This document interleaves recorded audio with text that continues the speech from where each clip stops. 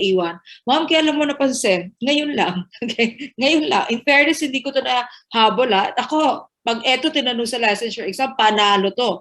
Kasi those who have the review book, wala ito dyan sa review book mo kasi update ito ha. So you have to take a photo and the rest can take a photo or copy. Nakalagay sa title ha, formal. Ma, bakit formal? Hindi mo pwedeng OGTT lang. Hindi natin pwedeng burahin niya kasi yan ang nasa literature, okay? Ibig sabihin ng formal OGTT, the standard OGTT procedure na ibig sabihin no? The standard OGTT procedure is not, nako, naka-underline, generally recommended for clinical use in the diagnosis of DM. Sinabi ko na yan last lecture, baka nakalimutan mo ha. Remember, how would we know initially that the individual has DM? Nako, 5 seconds. How would we know initially that human species has diabetes mellitus? Yeah, what is the sign? Yes, Raymark Magleo and Richmond Luis Estolas. Or we have a new player, Richmond Luis Estolas. Parang siguro sabi niya for the previous lectures, ma'am, tahimik lang ako pero ngayon hindi ko na matiis. I will now be very visible. Okay, welcome Richmond. Ops, tama, excellent ang mga answers nila. Anong answers nila? And even Viloria, Evoni, and Joette Lim, and Maria Julia Talia Haka. Anong sabi nila? If the FBS is equal to, yung iba ang nilagay lang greater than, please correct it. Equal to or greater than. Tumungtong ng 126 ang FBS, diabetes mellitus na yon. Huwag mong kakalimutan sa board exam yon. It's equal to or greater than 126. Is 126 DM? Is FBS of 126 DM? Yes. Is 127 DM? Yes. But what is the start? 126. So it is not just greater than 126. Kung sinabi mong greater lang, mali yun. It should be equal to or greater than 126 milligram per deciliter. That is diabetes mellitus. However, sinabi ko rin sa iyo last time that FBS is a screening test for DM. So what is the diagnostic test? What is the confirmatory test? Ay, syempre, OGTT. However, may sinabi na naman ulit sa isang however. Ano yon?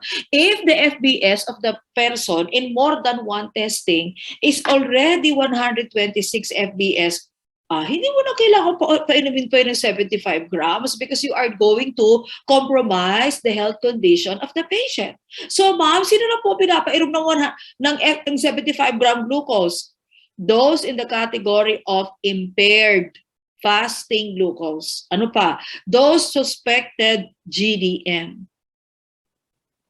Tandaan mo, children, yan. Yung suspected GDM. Take note ha. Remember, pag sa pregnant, pag tumungtong ng 92 ang FBS, GDM na yon. Take note ha, huwag kang malilito sa GDM tsaka sa diabetes mellitus. Diabetes mellitus FBS is 126, that is the start. Gestational diabetes mellitus FBS, 92 is the start of GDM.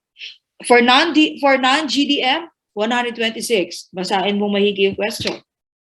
Ay, kaya pala ma'am, pag mga suspected GDM, meron pa ring OGTT. Correct. Pero kung FBS mo 126, wala. Kaya nakalagay dito, kapag impaired, fasting glucose pwede. Pero pag 126, hindi na. Kaya nakalagay, formal OGTTs are not recommended for routine clinical use in the diagnosis of DM because having FBS of 126, that is enough.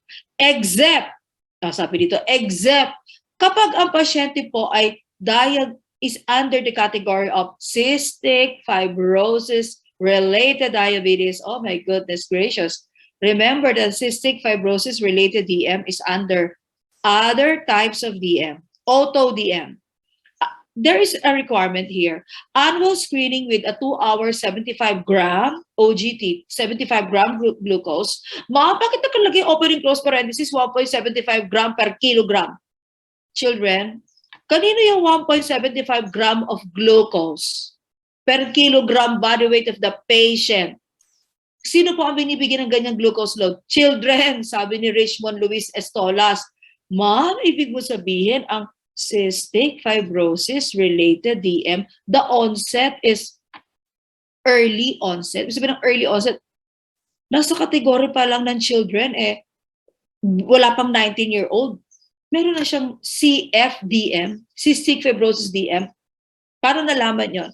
Annual screening with a 2-hour or 1.75 gram of glucose per kilogram body weight of the patient is recommended beginning at least by age 10 years old. So kung yung isang bata, wala pa siyang 10 years old, na-diagnose na siya, may cystic fibrosis-related DM, may annual screening siya. Kaya pala ma'am, diabetes mellitus yun, pero cystic fibrosis related. Tama. So pwede pa rin siya painumin ng 75 grams kahit na cystic fibrosis related DM. As long as it is cystic fibrosis related DM. Next, except, syempre yung pregnant, GDM. Sinabi ko na sa iyo kanina, kasi yung FBS, tumungtong lang ng 92, GDM na O di ba, malayo-layo pa yon. Compared mo naman sa 126 na non-GDM. Kaya nakalagay dyan, diagnosis of diabetes during pregnancy. They should really undergo OGTT. Pregnant women with risk factors for type 2 DM should be screened using an OGTT at their initial prenatal visit. Ma'am, bakit siya naging high risk? Number 1, yung mother, father niya, yung kanyang nuclear, ibig sabihin, nucleus yun, ibig sabihin, galing, yung nagpanganak sa kanya. Nuclear family, ang tawag doon, guys, okay? Yung nuclear family niya, mother, father, may type 2 DM. Siblings, may type 2 DM. So, anong kategory niya? Risk factor. Meron na dapat at their initial prenatal visit. Or meron siyang history ng impaired fasting glucose before pregnancy. Ang tawag sa kanya, high risk. So dapat meron na sa initial visit. However, huwag kang malilito sa board exam. When is the standard period for the OGTT request if that is suspected GDM? Sinabi ko nung last lecture, the OGTT should be requested in that suspected GDM, not in the category of risk, between 24 to 28 weeks of gestation. So kung wala pala siyang risk factor, ma'am, doon siya mapupunta sa last trimester of pregnancy. Saka lang gagawin yung kanyang OGTT request. Yes, that is between 6 to 7 months of pregnancy. So that is last trimester of pregnancy. Pero kung siya ay kasama sa risk group, initial visit pa lang may OGTT na. Take note of this, people. That is so important. HbA1c. This is the 5th sample. What are the samples for measurement of glucose? RBS, FBS, 2-hour postprandial blood sugar. Remember the purpose of each test. Binigay ko sa iyo yan. Including the GTT, multiple blood sugar tests. And we have the HbA1c. This is glycated hemoglobin. This is the largest subfraction of normal hemoglobin A present in both DM and non-DM. Maraming nagtatanong niya sa akin, Dr. Rodriguez, yung lang bang mga pasyenteng may diabetes mellitus po, ang merong formation sa katawan niya ng HbA1c? Or what is the answer? Of course, not chocolate. Every human being with HbA1c formation inside the human body. Remember that, both DM and non-DM. And when you say HbA1c, it actually reflects average blood glucose level. How will you measure the glucose homeostasis? FBS. How will you diagnose completely DM? That is OGTT. Screening test for DM, that is FBS. How will you measure the average blood glucose concentration? Naka-orange yan, ibig sabihin, hindi lang white. Orange, ibig sabihin, ang tapang niyan. What is that? The average blood glucose level, that is HbA1c. And remember, guys, every time you measure the HbA1c, always remember, you are after measurement of glycosylation in young red blood cells. Take note, you are after measurement of glycosylation, guys, in young red blood cells. Parang may mga lamok in young red blood cells. Ha? Ay, by the way, children, I have to turn off pala may ano ha, may camera kasi kanina sa mga meetings ko kanina, mahina ang aking internet. That's why I'm using my iPad a while ago. Kasi parang pag, ewan ko lang, sarili ko namang isip yun, baka pag iPad, kailangan lang niya ng konting, anong tawag doon, internet power, whatever's the right term. So ngayon, I have to turn off the video, okay? Alam ko, mamimiss mo ang pagdamulat ng mga eyes ko, okay? Because yan ang mga request ng karamihan. Naku, don't turn off your video, Ma'am Rodriguez. We need that facial expression. Pasensya na kasi baka mamaya bigla akong ma-out ha. Kasi parang mahina. Ano na yan, given na yan sa Fairview, Quezon City. Sa Fairview kasi children, may nag-message dito. I miss your face agad. Oh, iyak pa si Dean. Okay, totoo, marami nagre-request niya. We don't want, if Dean Rodriguez will have her, lecture online, dapat daw, synchronous. Hindi, ayaw nila ng asynchronous. O otherwise, dapat, on-site. So going back, guys, huwag mo kakalimutan to sa board exam. Ma'am, ang dami ko namang aalalahanin. Gusto mo mag-top 1. Gusto mo mag-top 2, top 3, hanggang 10. O, baka naman sabihin, iba, ma'am, ayoko mag-top notcher. Hindi, nag-review ka dito sa Pioneer Educational Review Center eh. Kailangan mag-top notcher tayo. O, sayang naman ang effort. O, ano nakalagay dito? In the measurement of HbA1c, make sure to always remember that you are after measurement of glycosylation in young red blood cells. Ma'am, hindi ba pag nag-sample collection ka, ma'am, hindi mo naman malalaman kung yung pumasok na red blood cell doon sa test tube mo young or old. Tama. However, there are signs. Mamaya malalaman mo ano yung mga signs na yun. So anong ilalagay mo na naman sa heart mo? In measurement of HbA1c, we should be getting the young red blood cells because they are the main contributors of glycosylated hemoglobin. What else? Ano pang tatandaan natin dito, children? The formation of HbA1c. Actually, nasa book na to, nasa base shop na to pero uulitin ko lang ha. Alam ko, pinamemorize sa'yo yan nung college ha. Paano ba na-form sa HbA1c? HbA1c is formed from the non-enzymatic reaction between glucose and hemoglobin. I am a very specific professor. What part of hemoglobin? Tandaan natin, children. We have a new set of board of examiners. Kailangan prepared ka. Kailangan weaponize ka. Ma'am, ibig mo sabihin, iba na yung questions ko. Pareho pa rin. However, since we have great team of board of examiners, our previous board of examiners, we should say thank you to them because truly, they were great professionals. Imagine, ang daming pumasang medical technology students, graduates during their time. No? Ang taas ng passing rate natin. Umabot pa ata tayo ng 85%. Imagine mo yung children, ganong kataas. So therefore, ngayon, magpe-prepare tayo. Why? This is new set of examiners. It is formed from the non-enzymatic reaction between what? Glucose and hemoglobin. What part of the hemoglobin? The N-terminal end. Ang gulo naman, the end. Well, N yan kasi capital letter N ha. The N-terminal end of the beta chain of hemoglobin. Ops, what is the product of the reaction, initial reaction between the glucose and the N-terminal end of the beta chain of hemoglobin? Chips base. Children, walang magbubuklat ng book ha. What chemical method?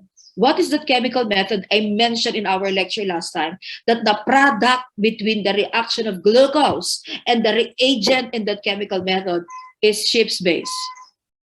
Naku, walang magbubuklat ng libro. Kaya napansin mo, binanggit ko ang Schiff's base samantalang obsolete na yung chemical method na yan. Oh, tama si Richmond. Ma'am, yun ba may N color na green? Tama. Richmond Luis Estolas answered, is that the chemical method with green N color, ma'am? Correct. Ang tanong, what is the name of that method with green N color and the end product is Schiff's base? Excellent, Kapurihan and Crisologo. In fairness, meron magkasama ngayon ulit. And also Katrina Carlos, anong answer nila? Orthotolvidine method. Take note, they answered orbital within method. Miss Veloria Ibonipi, ma'am, yung ba yung Jabolsky? Excellent, because the reaction in the orbital within method is Jabolsky. Children, the orbital within method is a chemical method, obsolete method. Wala na po tayong chemical method na ginagamit ngayon for measurement of glucose in whatever sample. We're now using enzymatic. Question, what is the initial product between the reaction, guys, of glucose and the end-terminal end of the beta chain of hemoglobin, Schiff's base? Children, tandaan mo yan, Schiff's base na yan. That is a labile ketoamine. Ang tawag dyan, labile amide. Labile yan. Unstable yan. Oops. However, if you will rearrange the Schiff's base, it will be converted to an Amadori product. And one of the examples of an Amadori product is HbA1c. Ang haba ng paliwanag ko, ha?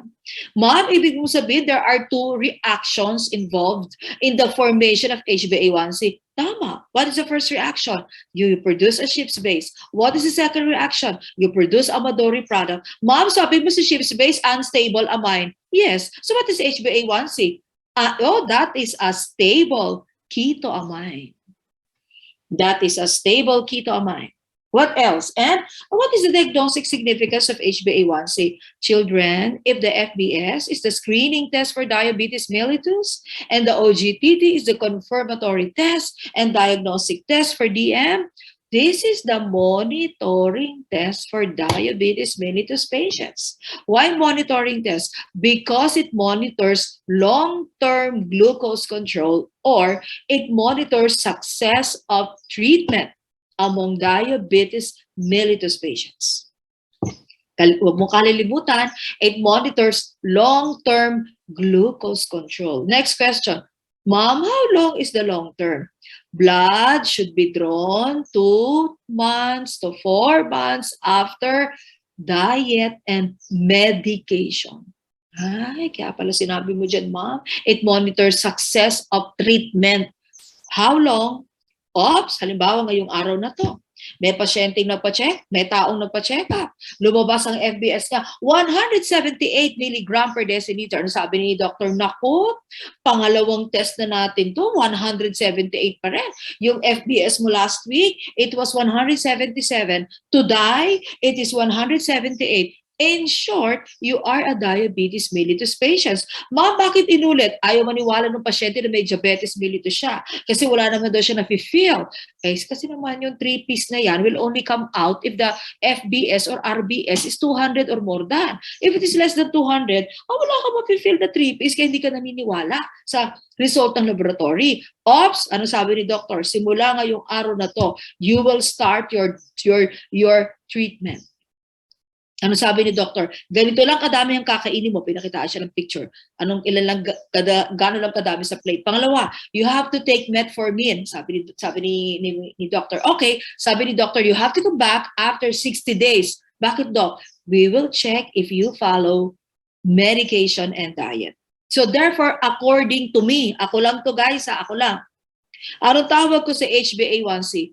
Patient compliance test. Alam ko nang sasabihin mo, ma'am, wala naman yun sa book. Clinical chemistries analysis, children. Do not always expect ilalagay dyan. It monitors success of treatment. Naku, hindi ganun. Children, remember that HbA1c is a patient compliance test. It is a patient compliance test. Do not forget that. What else? And, oops, it monitors treatment. Bakit long term? Because blood will only be drawn 2 months to 4 months after diet and medication. Take note. Para malalaman ni doctor na yung pasyente yun talagang sumunod sa diet, HbA1c. Para malalaman ni doctor kung talagang umiinom ng metformin si patient or nagtitake ng insulin parenterally, hindi naman niya kasama sa bahay yun. Oh, there is a monitoring test. And this one is long term. Oops, sabi sa kanya, 2 months siya mag-diet. Nag-diet lang siya last week. Malalaman yun, ma'am, naman. Because this one measures average blood glucose concentration. Yung ginawa mo for 2 to 4 months religiously. Hindi yung ginawa mo last week. Hindi yung ginawa mo lang 2 weeks ago. Yung ginawa mo 2 to 4 months. That's why it is long-term glucose control. Take note of that. Mom, you mean we can only measure the average blood glucose concentration after 2 to 4 months of having the same diet and medication? Naman. Ma'am, bakit ang tagal? Bakit aantayin pa namin yung 2 months, ma'am? Ayoko, di ako makakatulog nun, ma'am. Diba, pag sasabihin mo, ma'am, I have diabetes mellitus, di ko kayang abutin yung 2 months. Ay, hindi, kaya mo yan. Kailangan i-take mo yan religiously, yung medication mo. Religiously, follow mo yung diet mo. Then, blood will be drawn. Ma'am, kaya ba 2 to 4 months kailangan ng intay namin? Because HbA1c is after average blood glucose concentration. Yeah, which you can only measure after months of having the same diet and medication. Ma'am, bakit kailangan na mag-antay ng 2 to 4 months? Because HbA1c, baka magkalimutan tayo guys, is the only, wala nang iba, the only test in the whole clinical chemistry that is actually dependent on RBC lifespan. Hindi ba ang clinical chem, ayaw na ayaw niyan guys ng red cell kasi nga it interferes with measurement. However, what is the test in clinical chemistry, routine test in particular, which is after the lifespan of red cells? That is HbA1c. Kaya you measure HbA1c during the lifespan of red cell, 2 to 4 months. Ideally, ang measurement 2 to 3 months, 60 to 90 days lifespan of red cell. What else? And, ma'am, ibig mo sabihin, kahit isang beses lang ako magpa-HbA1c, ma'am, makakatulog na yon. Naku, napatunayan ko na yan, guys. I am a chocolate addict. Alam niyo, children, if there's one thing that I miss this pandemic, traveling. Because every time I travel talaga, bibili ako ng mga chocolate na mga country-made, tapos kinakain ko doon sa waiting area ng airport. Tapos, ganun lang. Masaya na ako doon, children. At saka kakain ko ng chocolate because I'm a chocolate addict, certified, guys. Tumaas ang aking sugar noon, blood glucose, but never reached the diabetic level. Thank you, Lord. It is just a sign, sabi ni Lord, sobra kang kumain ng chocolate. And there was a request, HbA1c test. Ma'am, single lang, nalaman na agad na you follow diet? Yes. Bakit ano nakalagay dyan? Because the valuable information provided by a single HbA1c test has rendered it a reliable marker for the diagnosis and prognosis of diabetes mellitus. Tandaan mo yan. Kaya pala sinabi mo, ma'am, that this is a monitoring test for patients with DM if they are compliant patients. Correct. What else? What is a sample for testing? Eto kasi hindi ka nakapag-internship ng full hospital-based internship. Remember, tama ang sabi sa lecture natin ng 3rd year. EDTA whole blood is the sample for testing. And always remember that the first step in the measurement of HbA1c is the direct lysis of red blood cells. Uulitin ko ha. The first step in the measurement of HbA1c is the direct lysis of red blood cells. Ma'am, di ba iniiwasan natin yung hemolyze sample sa measurement sa chemistry? Not in HbA1c. Kasi ang minimeasure mo po ay hemoglobin A1. Paano mo measure hemoglobin A1 kung hindi mo ilalyze yung red cells? Ay, ibig mo sabihin, ma'am, the sample in HbA1c measurement was intentionally lyzed. Correct. Because the first reagent in measurement of HbA1c is a lysing reagent. And the first step is the lysing step. True or false? Hemolyzed sample is acceptable if it is HbA1c test. True or false? Naku, tanongin na kita ngayon para relax ka sa board exam. Hemolyzed sample is an acceptable sample if it is HbA1c test. True or false? Kung ano ang sagot mo sa akin ngayon, yan talaga ang sagot mo sa board exam. Take note of that. What is the answer? False. The answer is actually false. Ma'am, mali po ang sagot ko, ma'am. Tama, your answer is incorrect because the answer is actually false. In fairness, hindi pa ako nagsasagot. Mayroon ng rationale si Katrina Carlos. Makukonsume agad ng hemoglobin.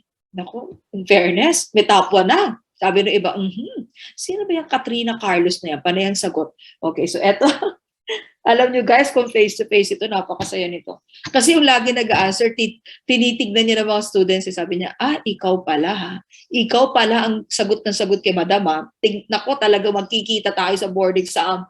Doon sa harapan. Ganyan. So going back. So therefore, suki, sabi ni Sir Ryan, Ma'am, why is it that I am incorrect? Most of you answered true. Okay? Ma'am, bakit po ako mali? Children, because if you will use a lyse sample, a hemolyzed sample, anong mangyayari, children? So, ang mangyayari is, the lysing reagent will lyse now the hemoglobin. Kasi yung hemoglobin mo ay nakalabas na. Kaya naging reddish yung iyong serum or plasma. Kasi lumabas yung hemoglobin. Ay, ano ba responsible sa reddish appearance ng serum or plasma? Di yung hemoglobin mong sumama sa serum and plasma. So therefore, if you use a hemolyzed blood, what happened? The lysing reagent will lyse the hemoglobin A instead of just lysing the red blood cells. So anong result? False decrease of HbA1c. Na-consume agad yung hemoglobin A1 mo. So it is false decrease of HbA1c. So ano ibig sabihin? Those patients with hemolytic anemia and diabetes mellitus at the same time, naku, basahin mo yung question, those patients with diabetes mellitus and hemolytic anemia at the same time, they are actually not required to undergo HbA1c. Why is it that not required to undergo HbA1c? Because the result is always decrease.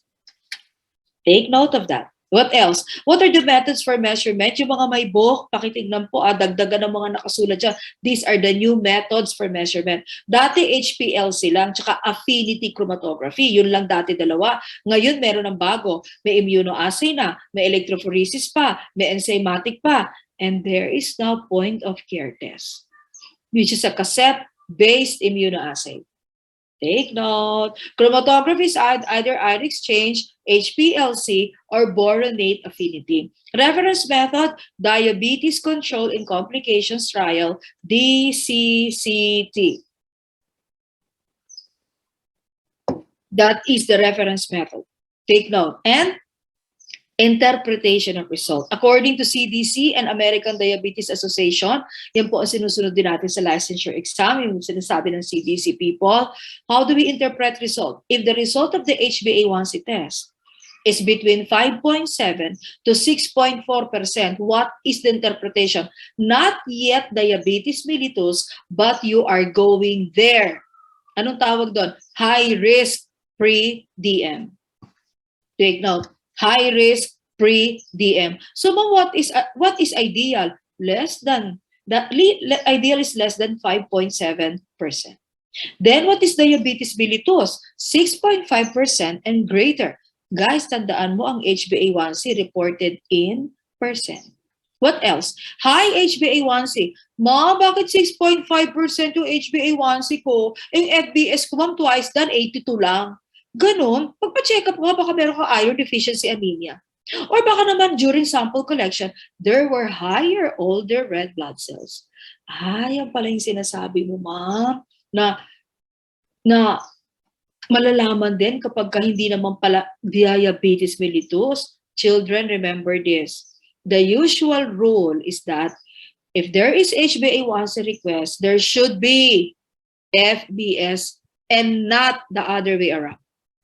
Kapag ang request HbA1c talaga, the purpose is to request HbA1c, it is always mute and academic that there should be FBS. Dapat magka-partner sila. If you're going to ask me, pag may FBS, also with HbA1c? No. But if it is with HbA1c, if the primary request is HbA1c, there should be FBS. Para makakonfirm mo yung result ng HbA1c. There should be correlation.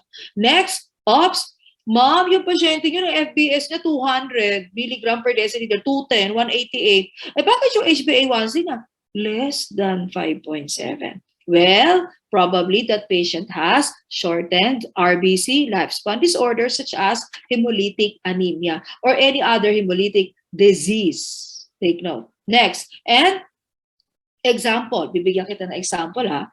Halimbawa, tatanungin ka sa board exam, yung FBS daw ng patient 2 months ago was 65 milligram per deciliter. The HbA1c, same day, take note, FBS was measured, was 4.0. Kasi gusto ni doctor, sinabay na niya. But, tandaan mo, sinabi ko sa iyo guys ha, if the purpose of the request primarily is HbA1c, there should be FBS. But, if the primary request is FBS, it is you don't require HbA1c. It should only be FBS unless gusto mo isabay ang HbA1c. Next, ma'am, bakit hindi pwedeng FBS then HbA1c? Kasi yung FBS is screening ka muna bago ka naman mag-monitor. Wala ka pa nga pinapainom na gamot. Sinasabay mo na yung HbA1c. HbA1c is monitoring for those who are confirmed DM. Oops, today, nag-request si doctor ng HbA1c lang. Hindi niya sinama yung FBS, HbA1c lang ha. Tinanong ka sa exam. Ano kaya magiging HbA1c ni patient? Anong answer mo? 135 mg per deciliter. Take note ha, 135 mg. Ma, bakit naging 135 mg per deciliter? Because always remember guys that every time HbA1c is increased by 1%, take note, every time HbA1c is increased by 1%, there is an equivalent 35 milligram per deciliter increase in HbA1c. Every time there is 35 milligram per deciliter increase in blood glucose. Again, every time there is a 1% increase in HbA1c, it means 35 milligram per deciliter increase in blood glucose. Alam ko tatanungin mo, ma'am, paano kung 1% decrease HbA1c compared to last time? Today is 1% decrease. O anong answer natin doon? Di dapat minus 35 milligram per deciliter decrease also from the previous FBS. Kaya pala ma'am, naging ganyan ang ating result. Corrected by. What else? And how about the relationship? Kasasabi ko lang kanina, andito pala siya. Okay, kala ko wala. So bakit ganyan ang increase ulit? Kasi nga sinabi ko, for every 1% change, rise or fall, there is a 35 milligram per deciliter change in plasma glucose. What else? And how about variations? Children, remember this. What are the other reasons of false results? The presence of hemoglobin F in EDTA whole blood. O baka may magtanong dito sa akin, ma'am, ano ba talagang sample sa HbA1c test? EDTA plasma or EDTA whole blood? Syempre whole blood because you're after the red cell. Tandaan mo ang red cell, ang sample mo sa HbA1c. Ma'am, bakit red cell? Because the hemoglobin is inside the red cell. That's why you have to use a lysing reagent because hemoglobin will not just come out without lysing the red cell. So therefore, the presence of hemoglobin F in the EDTA whole blood is false increase of HbA1c. But hemoglobin CNS is false decrease of HbA1c. What else? Increased concentrations of vitamins C and E may also cause false decrease of HbA1c. Tandaan natin guys ha, because tandaan natin, ma'am, si vitamin C lagi nila nag-i-interfere sa glucose measurement. Correct. Kaya take note of the effect. Hindi lang C, pati vitamin E. Take note. What else? And ang tanong, ma'am, paano kung si patient may hyperglycemia? Anong effect niya sa HbA1c? Children yung mga ngayon lang pumasok. What is the operational definition of hyperglycemia? Meaning having FBS of 126 and above milligram per deciliter. So ang tanong, what is the effect of hyperglycemia to HbA1c? It has been associated with a decrease in erythrocyte survival. Ibig sabihin, ma'am, madaling malays. Correct. has been associated with a decrease in erythrocyte survival.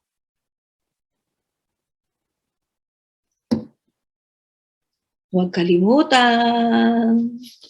What else? And page 65, so let us summarize the values. Ma'am, paano ko malalaman na si neighbor ko high risk for DM? Siyempre yung FBS niya or fasting plasma glucose. Ikinuwento ko na sa'yo yan. Maraming nalilito dyan, ha? Ma'am, nakakalito naman yung discussion. Sabi, fasting plasma glucose is the best sample. Ma'am, hindi ba dapat fasting blood sugar? Pinaliwanag ko sa kung bakit plasma ang tiniterm na ngayon, guys, ha. Fasting plasma glucose high risk is 100 to 125. It means impaired fasting glucose. If the OGTT second hour, bakit ma'am second hour? Because second hour sample is the confirmatory sample. Remember that. The second hour sample in OGTT is the confirmatory sample. And if the FBS is between, if the second hour sample is between 140 to 199 milligram per deciliter, that is definitely risk for DM. Then, if the HbA1c is between 5.7 to 6.4, sinabi ko na rin sa'yo kanina, not yet DM, but going there. Ma'am, paano pag DM? Syempre 126 and above yung FBS. Ma'am, ano ang second hour OGTT? Syempre 200 and above milligram per deciliter. Ma'am, paano HbA1c niya? Syempre 6.5% and greater. Remember, baka may magtanong, ma'am, paano si RBS? RBS is not included in the diagnostic test for DM, not included. However, anong sinabi sa atin? Kapag ang random blood sugar ni patient, meaning sample was drawn without any patient preparation, ma'am, nandun pa siya sa cafeteria, kinuha na ng blood for RBS kasi nahimatay, walang problema doon. Oops, pero may warning. Kapag yung RBS 200 and above milligram per deciliter, anong sabi? Kinabukasan magpa-FBS agad. Why? Because that concentration of RBS may be included as an adjunct marker for what? Diagnosis of DM. Ma'am, pag RBS ba 200, diabetes mellitus agad? Hindi. Pero sign yun na baka. Si pasyente, probable, DM patient. So the following day, there should be what? FBS. It is a good sign. In other words, what else? And HbA1c testing for screening, guys, hindi double 4 yan, ha. HbA1c testing for screening cystic fibrosis related diabetes. Wala yung pangalawang 4 na yan. Okay? Is not recommended. Take note. Ma'am, so anong gagamitin natin if we would like to really confirm if the patient with cystic fibrosis has diabetes mellitus? Kasi hindi mo guys, ang HbA1c is never considered as a screening test for cystic fibrosis-related diabetes. Hindi siya ginagamit na screening. Ang ginagamit pa rin, FBS. And for confirmation, is still OGTT. Nakalagay, guys, ha. OGTT should be used to diagnose cystic fibrosis-related diabetes. It starts with FBS, then it ends with OGTT. Why HbA1c is not for screening? Because HbA1c test is only requested after diet and medication because it monitors long-term glucose control and success of treatment. That's why according to me, sa akin lang to, anong tawag ko sa HbA1c test? Patient compliance test. What else? Fructosamine is the 6th sample. So meron kang RBS, meron kang FBS, to our postprandial, GTT, the monitoring test sample, that is the HbA1c. Then we have the glycated albumin, also known as the plasma protein ketoamine.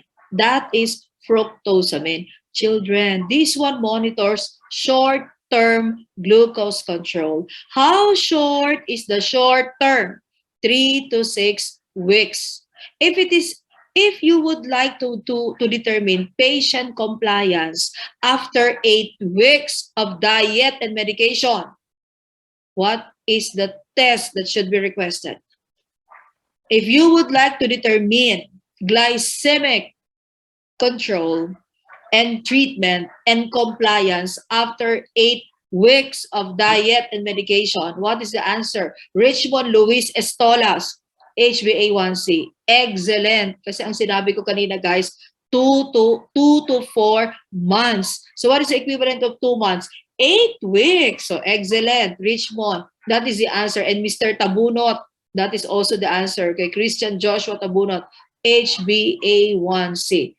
Oops, ang tanong, ma'am, what are the routine tests again for diabetes mellitus patient? Siyempre, FBS. Ano yung pangalawa? Siyempre, OGTT. Ano yung pangatlo? Siyempre, the monitoring test, HbA1c.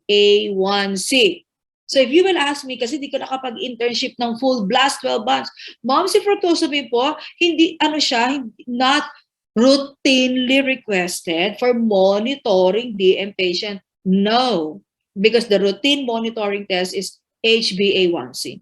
Ang tanong, what is the advantage of fructosamine over HbA1c? Kailan lang po ito re-request? Anong answer na naman natin? Monitoring short-term glucose control. So this is an alternate test for HbA1c. And this is requested for monitoring DM patients with, ibig sabihin, alternate test yan. Those with chronic hemolytic anemia. Ay, ano maiisip mo? Oo nga, kasi yung pasyenteng DM na may hemolytic anemia pa, hindi pwede magpa-HbA1c kasi laging mababa yun. There is what? Pre-lysis before the reagent lysis. What is next? And, of course, the presence of abnormal hemoglobin. So may mga sickle cell anemia, hemoglobin S and hemoglobin C with DM.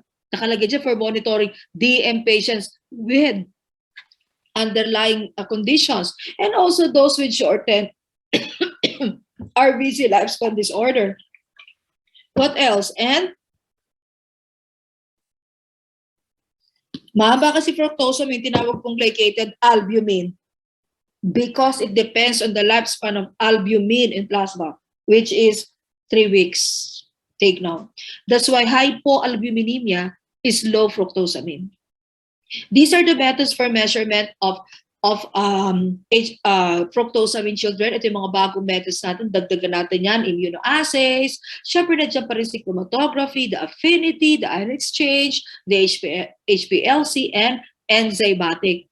Guys, remember ha, halos pareho siya ng method ng HbA1c. Reference values, 205 to 285 micromole per liter. Question, siyempre tatanungin mo, what is the sample for fructosamine test? Serum. Serum is the sample. The sample for the HbA1c, EDTA whole blood. Take note. Of course, itatanong mo to, sasagutin ko na rin. Ma'am, si monitoring tests ba? You're referring to 2. Remember, there are 2 monitoring tests for glycemic control. There is a short term and there is a long term. Remember that. Ma'am, requirement po ang fasting, 8 to 12-hour fasting before measurement of the 2 monitoring tests? No, because samples are either with or without fasting, because the food that was taken last night or the other day or even last week will not interfere with measurement of the 2 monitoring tests. Kasi monitor ng isa, yung kinain mo for 2 to 4 months, hindi kinain mo overnight or last night or the other week. Ito si fructosamine, your diet for 3 to 6 weeks, your medication for 3 to 6 weeks. Do not forget that. So we use serum here, fasting or non-fasting. For the other monitoring test, EDTA whole blood, fasting or non-fasting. Next, OPS, those who have the review book, please add this. Number 7. The rest, you can copy, children. 1,5 anhydroglucitol. Uulitin ko, people, ha? Matagal ko na ito sinasabi, ha? You are not allowed to take photos that I did not say and post it to social media platform. Nag-enroll ka dito sa Pioneer Educational Review Center because you would like to learn this uniqueness. Ito ay para sa'yo, and that is not for general, this is not for general consumption. Okay? 1,5 anhydroglucitol, also known as 1,5 AG. Ma'am, you mean this is another test? And also another, which is equivalent to another sample for measurement of glycemic control? Let us check. Oh my goodness gracious. According to me, ha, ako lang to guys, ha. Anong tawag ko sa 1,5? Anhydroglucitol. This measures very short glycemic control in DM. If you will read the Henry's book, 2022 edition, authored by McPherson and Pincus, hindi mo makikita very short. That is according to me. So that you can see differentiations. Why? Kasi ang nakalagay lang sa reference book, it monitors short glycemic control. Ay, ang tanong, how will you differentiate it with fructose if we will be using the same qualifier? It monitors short glycemic control. So I place there very short to remind you children that this particular measurement can be requested 1 to 2 weeks postprandial glycemia. So na postprandial, pinadiet ka ni patient ni doctor, o mag-diet ka ng 1 week. Mag-diet ka ng 2 weeks. Sabayan mo ng ganitong medication. Tignan nga natin kung magiging effective. But usually, this is more on postprandial, more on your diet control. Take note of that. Next, OPS, kaya nakalagay dito. Mom, sino ba yung 1,5 AG na yan? My goodness gracious, great balls of fire. It is a dietary monosaccharide.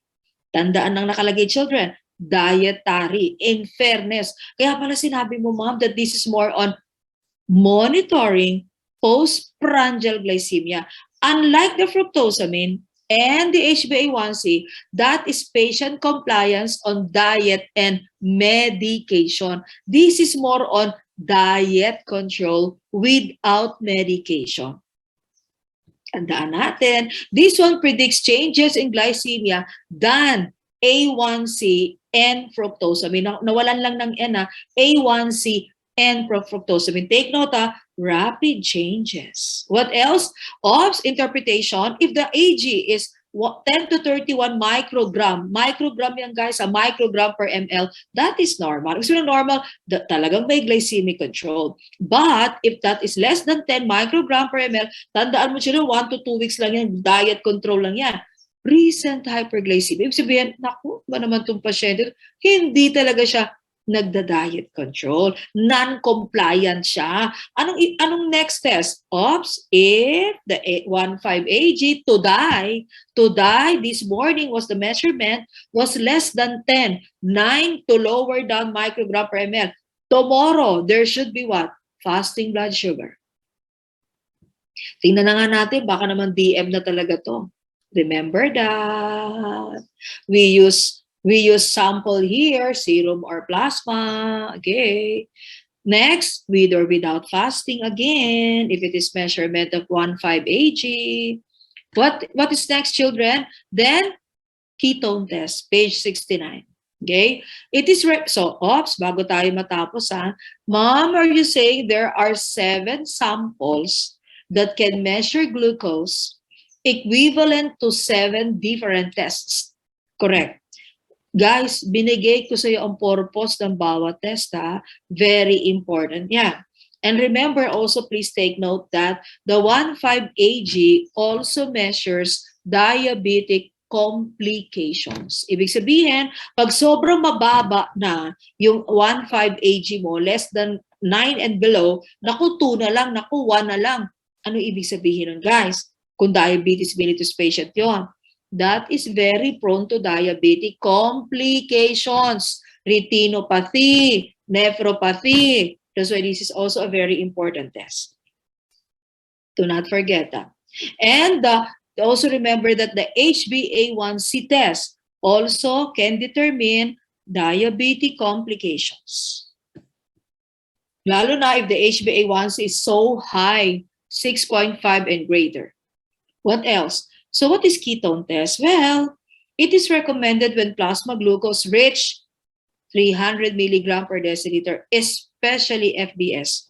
Ma'am, paano pag ang RBS 300? Ay, may ketone test agad-agad. Ma'am, paano po ang FBS 300? Lalo may ketone test agad-agad. Take note, that same very day and very hour. Why? Because if the ketone is increased in patients with DM, that is DKA. Ano yung DKA? Diabetic ketoacidosis.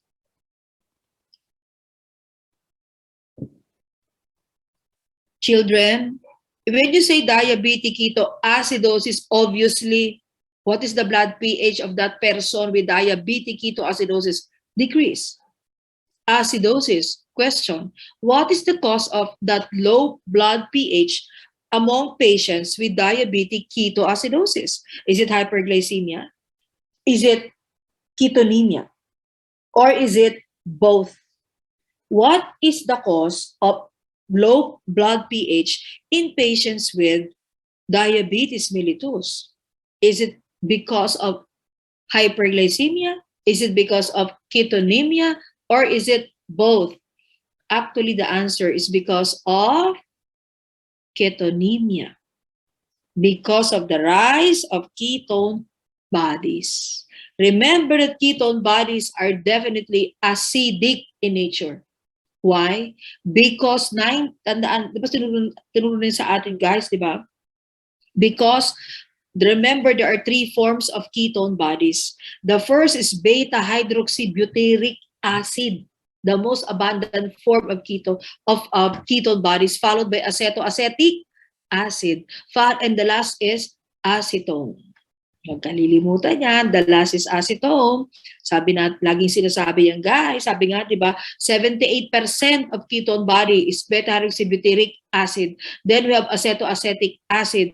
And the last 2%, that is acetone. 20% acetoacetic acid. So, ang tanong, what is the test? The nitroprusside test. Children, if you are familiar with the urine strip, true or false? The urine strip has a ketone pad. True or false? Sabi ni Miss Katrina Carlos, ketonemia po kasi na-consume yung fats. Tama. Tandaan natin yan guys. The urine strip has a ketone pad. True. Okay, madami sumagot ng true. Excellent. Huwag mong kalilimutan yan. Next question. What is the method, which is also the name of the reagent in the ketone pad, nitroprusside? Oops, that is the nitroprusside reagent, which is also the nitroprusside test. Ang tanong, si nitroprusside ba lahat ng ketone bodies niyan, 3 kaya niyang i-detect? Ay, isa lang. That is the acetoacetate only. And when glycine is added, that is the only time that acetone can be measured. So in other words, when you use the nitroprusside test, it only measures acetoacetate, period. Acetone can only be measured when glycine is added. Ang tanong, so hindi niya mong kayang i-measure yung most abundant ketone body? Ay, hindi. Walang affinity ang nitroprusside sa beta-hydroxybutyric acid. An increase of acetone is a sign of a defect in carbohydrate metabolism. Kasi tandaan natin, siya ang pinaka-smallest in concentration. So that is really defect in carbohydrate metabolism. Huwag kalimutan. Baka na po sample sa ketone test, pwedeng blood if you want, if the doctor is after ketonemia, pwedeng urine if the doctor is after ketonuria. Pwedeng blood, pwedeng urine. Siyempre, yung urine strip, obviously, ay para sa urine. Kung gusto mo naman ng gumamit ng equipment, no, pwede mong i-measure yan using chemistry analyzers. Either blood or urine ketone. Hypoglycemia, page 57, that is an imbalance between glucose utilization and production. And take note that, well, if the blood glucose is less than 60 or equal, that is sign of hypoglycemia. But observable symptoms will come out if the blood glucose reach 50 to 55. Ano ba yung observable symptoms? Nausea, vomiting, headache, profuse sweating, tremors, hallucinations, inability to comprehend. Hindi mo na naiintindihan yung pinag-uusapan. Ibig sabihin, the brain is starting to develop dysfunction. Guys, tandaan natin, alam naman natin lahat yan. Pag nauubusan po tayo ng glucose sa katawan, what is the first organ that will be impaired? Of course, the brain. Because the brain is the most consumer of ATP. Kaya sabi nga nila, di ba, pag isip ka daw ng isip, ang bilis mong mag-lose ng weight. Alam mo kung face-to-face ito, sigurado sasabihin mo, Ma'am, ibig sabihin, hindi po ako masyadong nag-iisip, Ma'am. Ay, hindi ko sinabi yan. Pero totoo yan, children, because si brain, consumer yan ng glucose, consumer of ATP. Oops! Pag bumaba pa ng 50, less than 50, nako, yun yung nagkakaroon ng sudden loss of consciousness. Di ba, children? Pag sudden loss of consciousness, ma'am, pwede po ba magbaon ng chocolate sa board exam? Baka mag-hypo po kami. Alam mo, tanungin nga natin sa PRC yan. Kasi totoo lang, nag-iba na talaga ang mga generations ngayon eh. Actually, nung panahon namin, parang pwede yung candy. Candy and water. Parang allowed. Ma'am Edith, tama ba, Ma'am Jo? Candy and water? No? Parang allowed doon eh. I don't know now. Ano, that is a good question. Itanong nyo na agad sa PRC yan ha. Yung sa PRC information email, sasagot naman sila in fairness para makapag-prepare. Ma'am, pag less than 50, yung po yung nagkakaroon ng sudden loss of consciousness. Yes. Oh, welcome to those who said thank you. That's true ha. And what else? Ang tanong, ma'am, meron po ba tayong test for hypoglycemia? Ano nakalagay dyan? If hypoglycemia is suspected, it is advisable to give the patient 5-hour glucose tolerance test. Oh my goodness gracious. Because the hypoglycemic dip is not seen until after the 3rd hour. Ma'am, di ba si 2-hour OGTT is for the diagnosis of DM, impaired fasting glucose, and GDM? Yes. So the 5-hour GTT is for hypoglycemia. Correct. Do not forget that. My goodness gracious, to determine the hypoglycemic dip. Meron pang isa, tolbutamide tolerance test. Oh my God. What is tolbutamide? Ang hirap pagkitin ha. What is tolbutamide tolerance test? For the tolbutamide tolerance test, it determines fasting hypoglycemia. Take note. And blood samples drawn at 2 minutes for 2 hours. Take note that 2 minutes for 2 hours. Naku, wag mo kakalimutan yan, guys. 2 minutes for 2 hours. Interval 6 specimens to measure glucose and insulin. Remember that. Okay. What else? And hypoglycemia should be considered if the fasting serum glucose to or fasting plasma glucose is less than 50 milligram per deciliter. Basahing maigi ang question. Strongly suggest hypoglycemia if a series of random fasting serum results less than 60. Take note of that. Kaya pala sabi mo kanina, pagka ang glucose less than 60 or equal to 60, hypoglycemia na yon. Correct. Pero random, nakalagay dyan if a series of random fasting serum, ibig sabihin hindi lang isang beses, guys. Series talaga ang ating ginawa. Okay, take note. What else? And that is notes to remember. What else, people? And also do not forget, there is a Whipple's triad test. Baka magkalimutan tayo, children, there is a Whipple triad test. Ma'am, ano po yung Whipple triad test? Naku, sinabi yan sa inong college. Whipple's triad test is the confirmatory test for hypoglycemia. Before ka mag-tolbutamide test, before ka mag 5-hour GTT test, there should be Whipple's test. Most books would say Whipple's test. Ako gusto ko Whipple's triad para maalala mo na tatlo yung Whipple's test na yan. Ano yung first sa Whipple's test? Well, the first in Whipple's test is number 1, you have the glucose is decreased. At what level? Less than 60 or equal to 60 milligram per deciliter. Decreased glucose. And then second, you have the signs and symptoms of hypoglycemia. And what is the third? Then all the signs and symptoms were removed after ingesting carbohydrate load. All the signs and symptoms were removed after ingesting carbohydrate load. Nahihilo ka, parang hindi mo na naiintindihan yung lecture, parang nagba-vomit ka na, parang nagpo-profuse sweating ka na, kumain ka ng chocolate or candy, uminom ka ng soda. In fairness, nawala lahat ng na-feel mo before taking those carbohydrate load. Anong ibig sabihin nun? Confirm hypoglycemia. However, if after taking the carbohydrate load, chocolate, and then candies, and then bread, and then soda, Naku, nandun pa rin ma'am yung ano ko, profuse sweating, vomiting, etc., ma'am. Then what is the case now? That is not hypoglycemia. Glycogen storage disease, page 68. It is an inherited defect. Guys, eto tayo ha, baka magkalimutan tayo. Baka sabihin mo, naku, ma'am, kaya ko ba may mga nagme-message kasi sa akin, Dr. Rodriguez, kaya ko ba ang board exam? Children, kayang-kaya mo. Hindi ka naman mag-graduate kung hindi mo kaya. Ito lang itatanong ko sa'yo. Nung ikaw ba ay nasa third year, fourth year, did you answer the question alone? Talaga bang tiniis mong hindi ka mag-open ng mga browsers?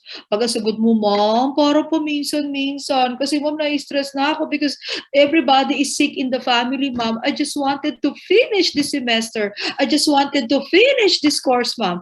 O, sige. That is part of your history. Nangyari na siya. So, anong gagawin nating review? You have to answer all the questions alone without opening any browser, without opening any book. Titiisin mo siya. You have to answer all the questions alone. Ma'am, nasagot ko po lahat pero mali. But now I was able to find the correct answer. Ay, pasado ka na sa board exam. Because remember that it is the mistake that will give you greater and higher achievement. Now, kung ang sasabihin mo sa akin, ma'am, parang lahat ng sagot ko tama. You are ready for top-notcher. Mag-prepare ka na ng speech mo. Pero pang tatandaan mo guys, lahat ng inaaral natin dito ay babasahin mo. Yang libro na binili mo is review book. Children, hindi ako may sabi sa'yo na bilhin mo yan. Kundi lahat ng mga friends mo sa Facebook. I am very sure. May nag-message sa akin, ma'am, wala na po akong book. Ma'am, saan po ako bibili? Ito na. Dito ka bibili, relax. Kaya kasi guys, wala naman akong FB. I do not have any social media account. That's why the reason why you bought that, because nababasa mo sa social media platform. It was endorsed by YouTube. Lahat ng may YouTube dyan. Thank you. Will you please extend my thank you to them? Hindi ko po sila kakilala. But I was so amazed and some of them are already medical doctors or in the Doctor of Medicine program. Sila ang nagsabi sa iyo, hindi ako. So ano lang ibig sabihin nun? Babasahin mo yung book na yan according to them. You read this again and again, over and over. Bakit them? Kasi sila yung nag-take ng board exam recently. And ano po sinabi nila sa'yo? Makinig ka sa lecture ni Madam. Alam ko yan din ang sinabi sa'yo. Makinig ka at huwag na huwag mo kakalimutan yung kanyang mga notes to remember. Lalong-lalo na yung wala sa PowerPoint. Lagi niya sinasabi yan. Sulatin mo lahat ng sinabi niya kasi yung sinabi niya na yan na wala dyan sa PowerPoint slide niya. Nako, panalo. Yun ang sabi nila. But ano pa sinasabi? Make sure that you read everything. And we offer everything to God. Huwag mong kalilimutan ya. Hindi ako ang nagsabi niyan, alam ko. Most common GSE, ano sabi sa'yo? Huwag mong kakalimutan yung page sa book ni ma'am ng glycogen storage disease. Do not ever forget that. Sasabihin nila sa'yo yan. It is an inherited deficiencies of enzymes. This is about deficiency of enzymes. Kaya tingnan mo yung nakalagay sa book, hindi ba deficiency of enzyme yan? That control the synthesis or breakdown of glycogen. Nako, those who will be taking the ASCPI exam, do not forget the glycogen storage disease. What is the most common GSD worldwide? Von Jerk disease. Ano pang tatandaan mo dito? Nako, meron ka na naman nakitang tolerance test. Pang-ilang tolerance test na to? Pangatlo na. Bukas meron pa ako isang ibibigay na tolerance test. Bukas na. Okay, I'll give that another tolerance test. Ma'am, meron ka rin ng 5-hour glucose tolerance test. Tama. Ma'am, meron ka pang binigay na tolbutamide. Tama.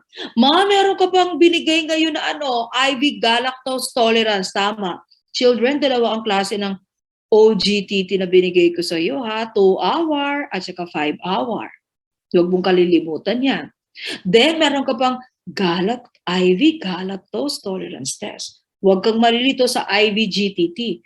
AIV-GTT, ako, basahin mo maiging choices. B-IV galactose tolerance test, magkaiba yon. Because this is the test for GST. This is test for type 1 GSD. So anong ilalagay mo sa mindset mo? Naku, ang tolerance test pala sa carbohydrates. Matagal na. There's an IV galactose, there's a tolbutamide, there's an 2-hour OGTT, there's a 5-hour OGTT. Remember the children. Test for type 1 GSD. Bakit mababa ang glucose? Children, anong tinuro sa atin nung grade 1 pa lang tayo? Lahat ng kinain mong carbohydrate, whether it was a galactose, it is a sucrose, it is a fructose, it is a lactose, anong sabi? They will all be converted to glucose. Mami, bakit hindi na-convert sa glucose? Because of the absence of enzymes. Take note of that, people. Von Ger's disease is type 1 GSD. The coriforms is the type 2 GSD. Take note of that. And the Pompey's disease, take note. The McArdle's disease, these are the types of glycogen storage disease. But what is the most common? The Von Gerk disease. The deficiency of glucose 6 phosphatase. Page 69. Guys, binanggit ko na sa iyo ang C-peptide test. Nire-remind lang kita. This is a differential test between type 1 DM and type 2 DM. Do not forget that, the C-peptide test.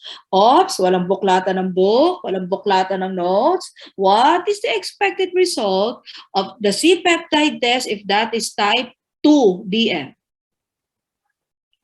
What is the expected? Take note. Positive. Richmond, Luis Estolas. Excellent. That is positive. Detectable. Present. Measurable. Normal level. That is type 2. What is type 1? The opposite of positive. What is type 1 DM? C-peptide test result. Negative.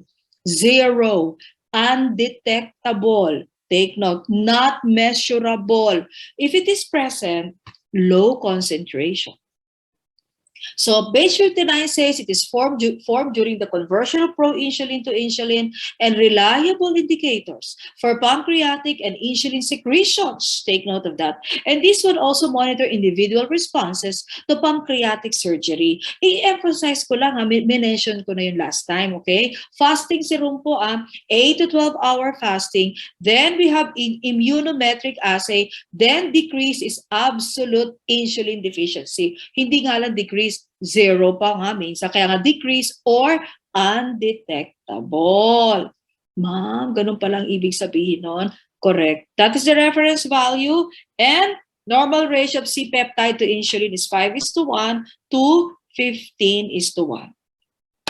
That is on page 69. Okay? What else? And how about lactic acidosis? Ito, wala ito sa book.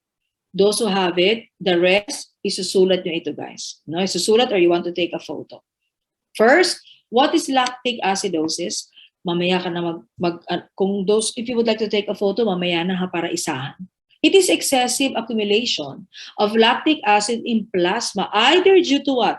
Overproduction of lactate or lactic acid, or defective removal by the kidney and the renal, or it was not utilized. What is next? Ma'am, bakit ba importante si lactate test? Parang ilang beses mo po na siya binabanggit sa amin. Sa patient preparation, sa sample collection. Guys, when I was in US, I think that was 2019. No, na-meet yung aking mga former faculty, ibang medical technologists, anong sabi nila sa akin? Naku, tama yung sinabi mo po sa amin din. Ano yun? That lactate is a very important test. Eh talaga naman matagal na siya importante. Bakit mo naman sinabi important na ngayon mo lang na-realize? Kasi ma'am, it is always requested if that patient is in critical condition. Naku, huwag mo kalilimutan yan, guys. This is a marker for critical medical condition. And it is seen in cases of tissue hypoxia. Ladies and gentlemen, is it true that lactate or lactic acid test is part of the biochemistry COVID-19 tests? True or false? Ma'am, ibig sabihin, bibigyan mo po kami ng summary of tests for COVID-19 patients. Well, actually, that is my talk next week, no, sa PAMET. Third Laboratory Congress, guys, of that all the entire chief medical technologists in the country, the third laboratory congress of the entire chief medical technologists in the country and other medical technologists guys will be on the, and other practitioners and the practitioners will be on June. Next week na ba yun? Teka muna nga guys, parang nakalimutan ko na yung data. Oh my God, next week.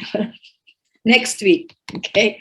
That is my topic, the algorithm of the biochemistry COVID-19 test. So ang tanong, kasama ba ang lactate test sa mga tests for COVID-19 patients? Malalaman mo yan, hindi ko muna sasagutin ngayon. Bibigyan kita ng summary kasi para masayang-masaya ka. Ops, ma'am, kailan po increase ang lactate acid or lactate? Naku, Diyos ko, sepsis, cancer, seizure, heart failure, HIV.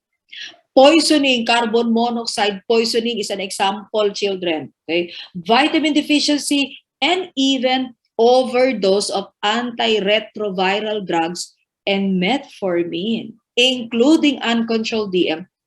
Kaya sinabi ko sa you guys na tignan mo yung patient preparation under exercise. That was the first variation, children. Anong sinabi ko doon? Well, if that is lactate, no exercise, ideally 24 hours before the test or at least 8 hours. What else? Children, there are two types of lactic acidosis, the hypoxic and the metabolic. Don't worry, I'll give that later. Okay, what else? And there are forms of lactate in our blood and body system, the L and the D lactate.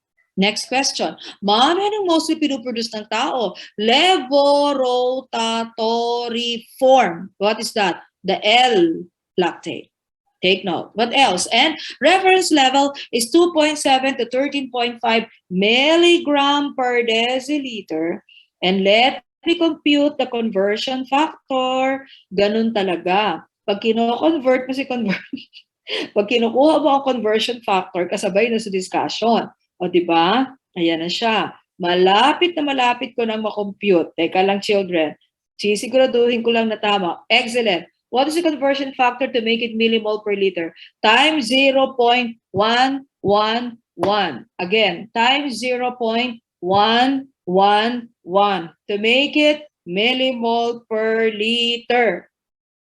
Take note of that. Next, and commonly used sample. Ay, syempre, pwede kang gumamit ng plasma, pwede ka din gumamit ng whole blood. May point of care test na po sa lactate test. Correct. Kaya tinatanong, ay, dapat may point of care test yun kasi guys, a sign of critical medical condition.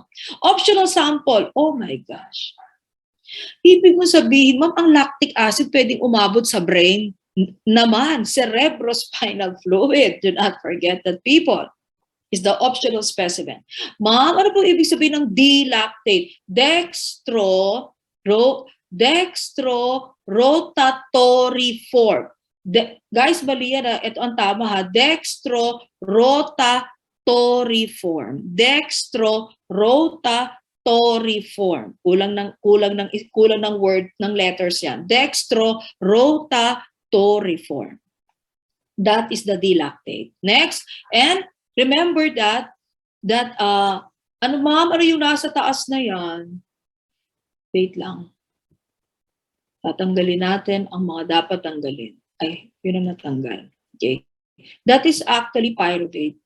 Pyruvate is increased in patient with Alzheimer's disease. Kasi marami nagtatanong yan. Bakit si lactate lang yung nile-lecture? Bakit wala si pyruvate? Hindi ba si lactate and pyruvate products of glycolysis? Tama. Eh bakit wala ba si pyruvate? O, ibibigay ko na. That is increased in patients with Alzheimer's disease. And take note of the reference value of pyruvate in serum or in plasma. We can use venous blood, and the conversion factor to make it millimole per liter is also times 0.111.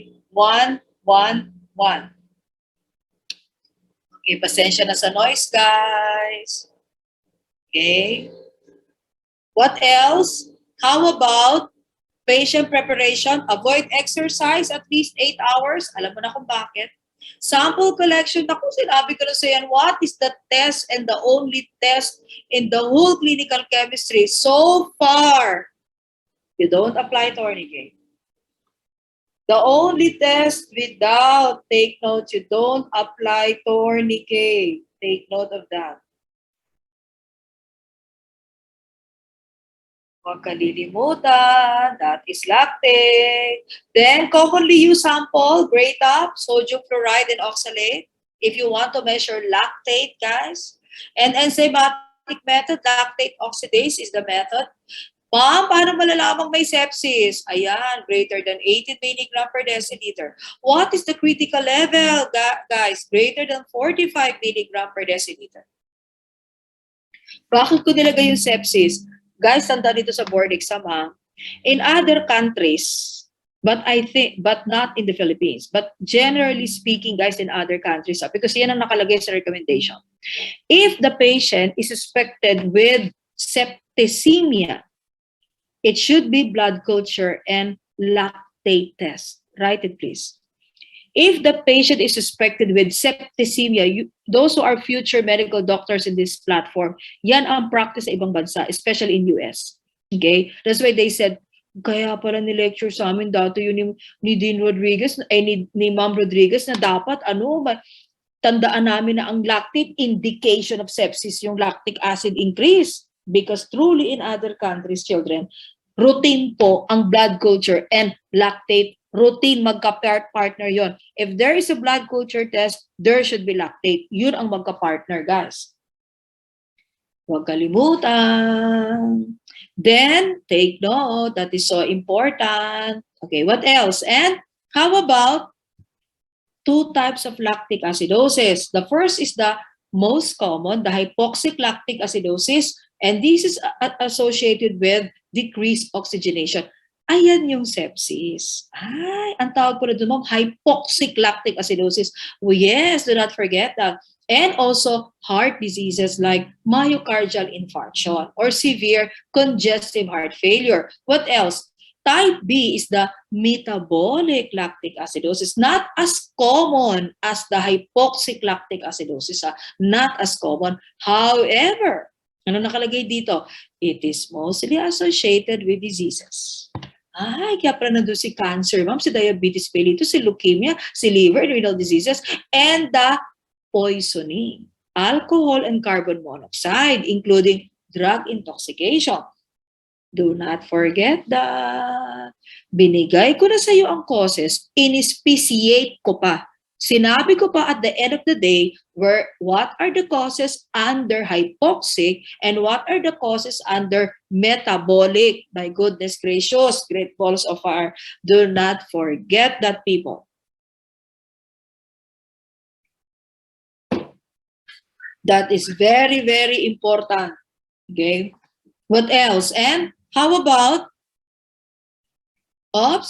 lipids. Let's talk about lipids. Now, for lipids, people, so natapos na tayo sa carbohydrates. So, anong tatandaan natin sa carbohydrates? There are several samples, which is also equivalent to several tests. Guys, huwag kang matatakot sa board exam. Kayang-kaya mo pumasa at kayang-kaya mo mag-top notcher. You deserve to top the board exam. You deserve it. Okay? At uulitin ko nga, katulad ng mga inquiry sa Ryan na nare-receive ko now, sinasabi nila, Ma'am, I think I'm not prepared kasi po aamin na po ako sa inyo, Dr. Rodriguez, because of too much pressure. When I was in my third and fourth year, there were some instances and I already asked, ano ba sabi Sir Ryan? Nag-ask na raw sila ng apology kay Lord because hindi naman daw, hindi man daw nila sinasadya. That there were times that they have to check the notes kasi sobrang pressure na raw because of the sickness in the family. Kaya isa lang ang sagot ko doon, everything happens for a reason. Nangyari na yon. So, now that you are in this review class platform offered by Pioneer Educational Review Center, sasagutin mo lahat ng tanong ng mag-isa to gauge yourself if you have the standard gauge before the board exam, because that is very important, because this time you are going to answer alone and we always have to increase our relationship with God because only Him and Him will help you. Lipids. Thank you, Lord. Tapos na ang carbohydrates. Did you enjoy the carbohydrates, children? Tandaan ang mga pinagsasabi kong mga tests and samples. They are commonly referred to as fats, composed mostly of carbon, hydrogen bonds. Okay? Composed mostly of carbon, hydrogen bonds. Okay? And they are sources of fuel and provide stability to cell membrane. Take note. They are sources of fuel and they provide stability to cell membrane. Ops, meron kang iisipin bago tayo lumawak ng lipids ha. Ano yon? Ma'am, what are the lipids that are used as sources of energy? Ay, syempre sasabihin ko yun, pero kailangan maisip mo muna siya. Ma'am, what are the lipids that provide stability to cell membrane? Ay, syempre sasabihin ko rin niya, pero kailangan mauna ka sa akin. Because this is a review. Okay? What else? And what are the forms of lipids present in your blood and my blood? Guys, may I ask you, walang magtitingin sa notes ha, walang mag-open ng book. What is the most abundant lipid? That is a basic, fundamental question. Hindi ka pwedeng tumungtong dito sa Pioneer Education Review Center at ibigay sa iyo ang diploma with children nang hindi mo na sagot yung question na yan. What is the most abundant lipid present in your blood and my blood? What is the correct answer? 5 seconds. Nako, iba-iba ang sagot. Kaya tinatanong ko, kung ano yung sagot mo talaga sa akin ngayon, yan talaga ang sagot mo sa board exam kung hindi mo napakinggan ulit itong lecture na to. Those who answered phospholipids, excellent. So ano sabi mo? Nako, hindi phospholipid yung sagot ko, ma'am. Huwag ka na malungkot doon. Kasi nga, ano mo sabi ko sa iyo? The error is the greatest professor. Ang naaalala po ng ating brain, yung ating pagkakamali. Kaya kung ikaw ay ma'am, hindi ko lang po nailagay sa chat box yung answer ko ha, pero ang sagot ko ma'am, mali din. It doesn't matter kasi importante, sumagot ka. If you are just listening, mahirap yun. Bakit? Because this is the best time to practice again yourself and our neural cells in really answering on the spot questions. Kasi yan ang may encounter mo sa August, on the spot questions, children. So what is the answer there? Phospholipid. Next question, true or false?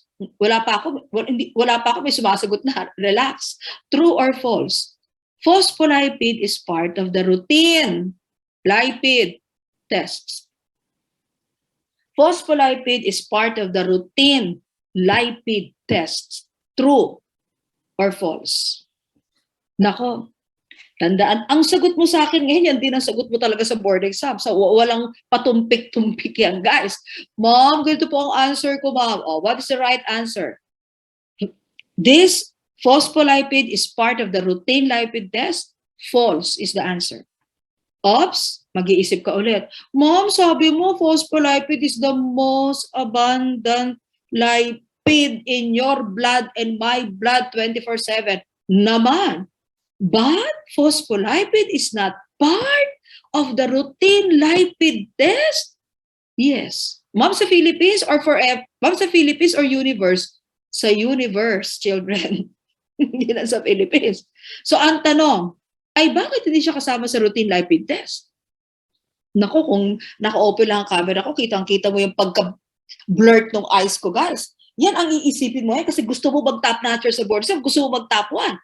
Bakit? Why is it that phospholipid is not part of the routine lipid test? The fact that that is the most abundant lipid present in your blood and my blood. Nako, sagutin mo yan. Second in abundance. Second lang Nako, may sagot si Arvin Antonil. Sabi ni Arvin Antonil, hindi po associated sa mga heart diseases. Guys, tandaan nyo ang sagot ni Mr. Arvin Antonil. I will not say if it is right or wrong. Basta remember his answer. Welcome, Mr. Arvin Antonil. Meron tayong mga bagong player. Nako, alam nyo guys, pag ganyan na lumalabas na ang mga dark horses natin sa chat box, nako, yung mga sumasagot ng day 1, tandaan natin yung mga bagong player. Sasabihin mo, nako, eto na, naglalabasan ang aking mga kakumpit sa aking speech. Kailangan nakaprepare ng speech mo. Ops, cholesterol is the second abundant lipid, followed by triglyceride, third in abundance, then a fatty acid, then we have the fat-soluble vitamins. Mom, are you telling us that this is arranged? The five forms of lipids in your PowerPoint slide is arranged according to abundance in plasma naman. Ay, bakit si phospholipid hindi kasama mo sa routine lipid test universally? Ay, kailangan sagutin mo muna yan bago ako. Take note because this, kung paano kung hindi tayo nagkita ngayon, children, at tinanong yun sa board exam, o edi dapat prepared ka. Kaya you should be able to answer that question before me. Ang tanong, next question, which of the 5 forms of lipids, guys, itong 5 na yan, alin dyan? Which of this is part of the routine lipid test? O syempre, wala si phospholipid. Which of these na based on your understanding, remember children, kung anong sinasagot mo talaga sa akin dito, yan talaga guys ang lalabas sa board, yan talagang isasagot mo sa board exam. Well, I will mention one name kasi siya ang sumagot ng kompleto Those who answered complete cholesterol and triglyceride, ako ang dami pala, hindi ko na mahabol. Those who answered cholesterol and triglyceride, excellent. Take note those who answered cholesterol and triglyceride, Viloria, Briñas, Judith Bautista, Maria Loren Mendoza, and also we have Alia Cabrera and Katrina Carlos and Inyon May Ann, and then we have Valerie Amor Estelorie. Those who answered completely, Haka Maria Julia Talia and Tony Cruz. Correct. It is cholesterol and triglyceride only. Take note, are part of the routine lipid test. So ang tanong, ay bakit si phospholipid wala? Let us now start the specific discussion. This is the most abundant lipid. Check. This is a surface lipid. Check. Ma'am, sabi mo po, dalawa ang functions, general functions ng lipids. Tama. What is the first? It provides energy. Second, it provides stability to cell membrane. So what is the function of phospholipid? Since it is a surface lipid, then it provides stability to cellular membrane. Next, it is amphipathic. Guys, amphipathic hindi amphoteric. Ang amphoteric po yung protein. Ito amphipathic. What is the meaning of amphipathic? Oh, phospholipid has both a hydrophilic structure and a hydrophobic structure. Remember that it has hydrophilic structure and it has a hydrophobic structure. Ma'am, ibig sabihin po ang phospholipid, unique lipid naman. This is a unique lipid. It has both hydrophilic and hydrophobic structure. Children, pag sinabi mong lipid, ay dapat hydrophobic lang. Walang hydrophilic. That's why this is a unique lipid. Next, children, tingnan mo ang picture. Look at the appearance of phospholipid. It has similarity with triglyceride. The only difference is that triglyceride has 3 chains of fatty acids. Kaya anong tawag natin kay triglyceride? Look at the label below. Triacyl. Triacyl. Ano sabihin ng acyl sa biochemistry? Fatty acid.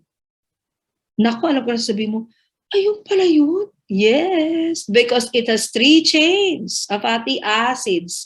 So it is triacyl and 1 molecule of glycerol. Triacylglycerol.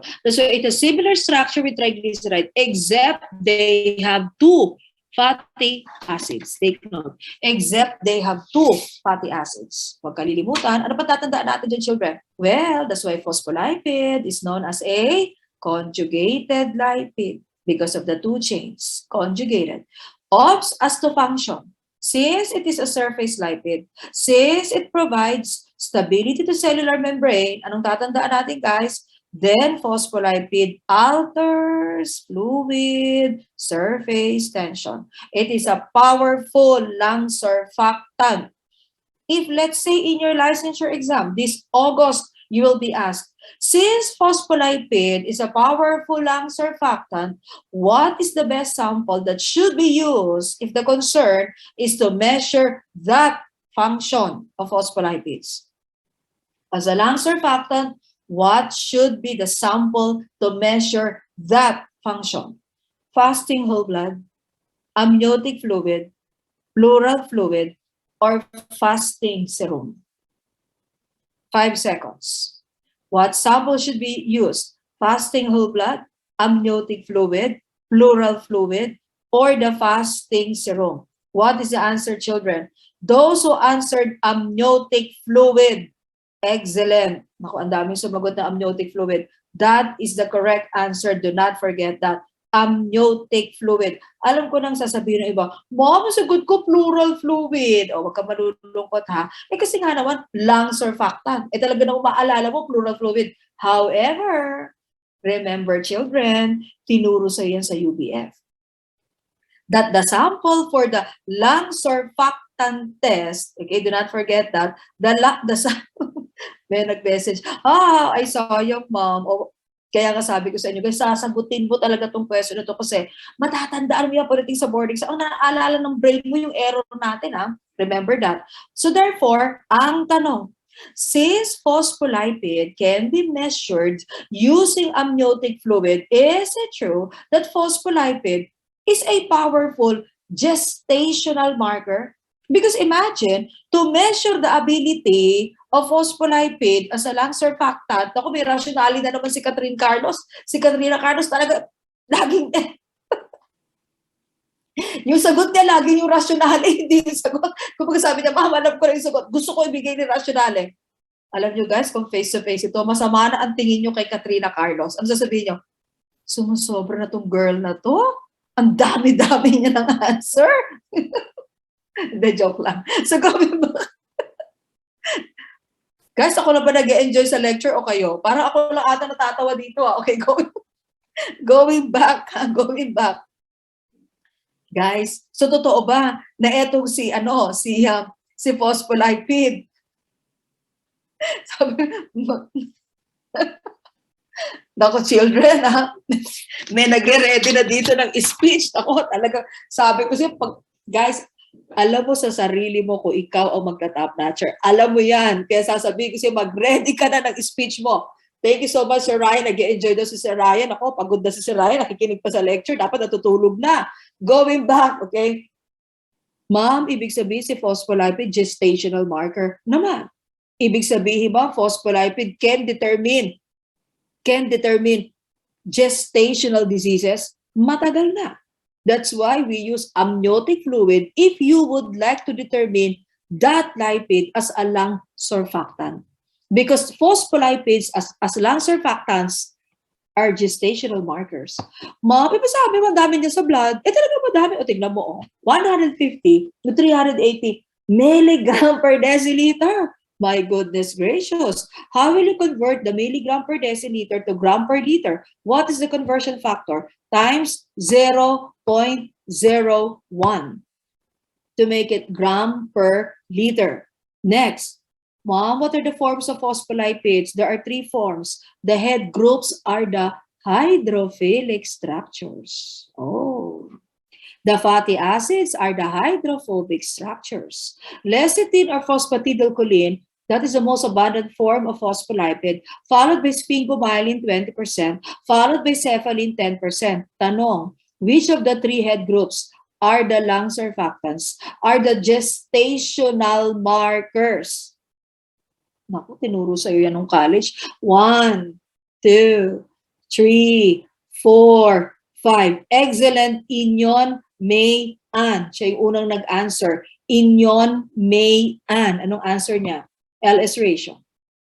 Isn't it that the LS ratio in UBF, the LS ratio in UBF, lecithin divided by sphingomyelin, that is the marker for fetal lung maturity.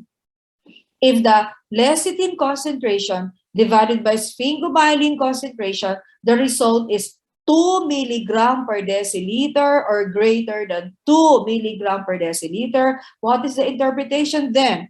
Fetal lung maturity. That is fetal lung maturity. However, if the LS ratio is less than 2 milligram per deciliter, do not forget that, less than 2 milligram per deciliter, what is the interpretation? Fetal lung immaturity. Take note, that is the fetal lung immaturity. So ang tanong, Mom, hindi ba talaga pleural fluid? Hindi. Ano nakalagay dito, guys? The lipid, under notes to remember in your book, the lipid concentration in amniotic fluid reflects the lipids present in intrapulmonary secretion. That is the reason why, sino po ang ating pasyente sa LS ratio? Si mother o si fetus? Ay, syempre fetus, fetal lang maturity. And what is the fluid that connects the mother and the child during pregnancy? You would like to know what is happening in that fetus, what is the fluid that connects the mother and the child? That is none other than amniotic fluid. Huwag kalilimutan. Mom, bakit hindi siya kasama sa routine lipid test? Malapit na tayo dyan. Cholesterol is an unsaturated steroid alcohol. Is amphipathic. Nako, dalawa na sila. Pinaliwanag ko na sa iyo kung ano ibig sabihin ng amphipathic. And this is also a surface lipid. In other words, it also provides stability to cellular membrane. Siyempre, tatanungin mo yan. Ma'am, amphipathic? Check. Ma'am, surface lipid? Check. O, meron pa siyang unique name. It is a steroid lipid. What else? This is the problem of every all, including myself. What is that? Cholesterol is never source of energy. Remember that. It is not a source of energy. Therefore, it is never catabolized. Kaya anong nangyayari, guys? Pag mataas po ang intake mo ng dietary cholesterol, what happened? Oh, in the long run, it will develop to what? Atherosclerosis. Remember that atherosclerosis is not an overnight preparation. Mom, last night I had too much fatty food. I had chicken skin, I had pork, as in pork skin, I had the pork belly, and then I had mayonnaise, and then I had the beef belly, everything fatty and everything dangerous. Mom, ngayong araw na, meron na akong atherosclerosis. Of course not. Because atherosclerosis is a lifetime journey. Ibig sabihin, athero is a product of your diet since birth. Oops, ano nangyari? Naku, yung cholesterol dyan sa atherosclerosis na yan will always take the build up because it is never lies, because it's not source of what? Energy. Ay, kaya pala ma'am, the main lipid, the most lipid causing atherosclerosis is cholesterol. Tama. Reference value, less than 200, desirable. If it is 200 to 239, borderline. High risk, guys. Bakit? High risk ka na sa hypercholesterolemia. However, the hypercholesterolemia will start to 40 and above. So when is the start of treatment? When is the start of diet, guys? It should be borderline. Pag umabot ng borderline, you have to reflect because mag-start ka na ng diet mo and exercise. However, ito ang tanong ng marami. Mom, kahit pag-exercise ka, hindi naman agad mababa si cholesterol, di ba? Yeah, because it is not an energy source. It will help a bit, but not too much. What else? And this is the one test for atherosclerosis. And atherosclerosis is a predisposing factor to myocardial and coronary arterial occlusions. Okay, it is take note, a predisposing factor, the atherosclerosis, to myocardial and coronary arterial occlusions. That's why parati natin sinasabi that serum cholesterol test is truly a marker for myocardial infarction. And a marker initially for atherosclerosis. Ano pang tatandaan natin kay cholesterol? Guys, cholesterol is also considered secondary thyroid function test. Also considered secondary thyroid function test.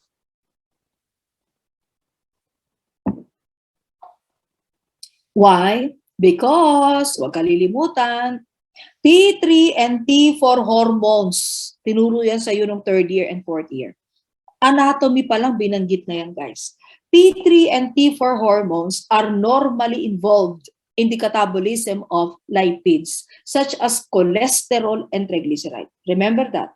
So therefore, paano na yung pasyenteng may hyperthyroidism? May I ask you, children, what is the usual appearance of those individuals with hyperthyroidism? What is their usual physique? Anong mapapansin mo sa itsura, sa physical appearance ng mga pasyente, guys, na may hyperthyroidism? Anong mapapansin mo sa kanila? They usually what? Thin, slim, mapapayat sila. Why? Ano sasabihin natin? Because T3 and T4 hormones are normally involved in the catabolism of lipids. Ma'am, yung may hypothyroidism, isn't it ang usual physique na may hypothyroidism? Is weight gain, unexplained weight gain. Ano naman ang reason natin, no? Because it means there was less lysis of fat. So therefore, ang tawag mo sa cholesterol and triglyceride test, also considered secondary thyroid function test, both the cholesterol and triglyceride. What else? And what are the forms of cholesterol? The most abundant form of cholesterol in your blood and my blood is the cholesterol ester, 70%, present in both plasma and serum. And the lecithin cholesterol acyl transferase, that is the enzyme responsible for the esterification of cholesterol. O, ano daw yung source ng cholesterol esterification? That cholesterol in HDL is the cholesterol that is being esterified. And the apolipoprotein A1, children, matagal na pong may question ng ApoA. Mula pre-pandemic pa, Diyos ko, ang daming questions ng apolipoprotein. Do not forget that. ApoA1 is the main activator of LCAT. Ano ibig sabihin nun? So, absence of ApoA1 is absence of LCAT. So, absence of LCAT, you don't have cholesterol ester. Take note. Remaining 30% is the unesterified cholesterol or the free cholesterol. Not only present in plasma and serum, but also present in the red blood cells. Ano pa tatandaan natin, children? Ma'am, we should avoid hemolyzed sample if it is measurement of cholesterol. Naku, matagal na kasama sa quiz mo yan ng third year. Remember, ang tanong, because I'm a very specific professor, which form of cholesterol is present in the red cell, and that is the form causing false increase of cholesterol. That is the free cholesterol. Next question. Dahil sa ikaw ay hindi nagkaroon ng actual face-to-face hospital-based internship, I'm sure na-mention ko sa limited face-to-face. Guys, di ba may request ng cholesterol ang mga doctors, cholesterol measurement? Which form of cholesterol should be measured if you are after diagnosis of atherosclerosis? Is it the cholesterol ester only? Is it only the unesterified? Or is it the total cholesterol? Ano ang nire-request ng clinicians, medical doctors, that we need to also report? Is it the esterified chole only? Is it the free cholesterol? Or is it the total cholesterol? The answer should be what? Total cholesterol. Excellent. Those who answered total cholesterol. Huwag kalilimutan yan. That's why we should avoid hemolyzed sample. What are the sources of cholesterol? Ma'am, bakit ang dami-daming cholesterol sa blood? 199 ang maximum. Bakit si fasting blood glucose? 99. Bakit mo si cholesterol? 199. 15%, according to studies, 15% of cholesterol is actually part of your diet. That is part of your diet, guys. 15% cholesterol is actually part of your diet. Huwag kalilimutan. What else? And the remaining 85% endogenously produced. That is coming from liver.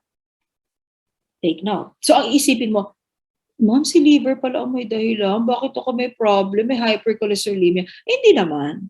Remember, guys, pag nag-hypercholesterolemia tayo, anong unang-unang sinasabi ni doctor? Mag-diet ka o I will do something to stop your liver. Never. It should always start with your change of lifestyle. Because the usual cause of hypercholesterolemia is exogenous. But remember, there are statin drugs that will help also in controlling the liver to also reduce the production of cholesterol. However, the most culprit is always the exogenous source. Huwag mo kalilimutan niya. Next, beneficial functions of choline. Siyempre, itatanong mo, Mom, bakit ang dami-dami naman pinuproduce ng liver? 85%? O, relax. Well, part of the 85% will be converted to what? Steroids. Guys, there are only 3 major classifications of hormones. What is the first classification? Peptide and protein hormones. What is the second classification? Steroid hormones. And what is the third classification?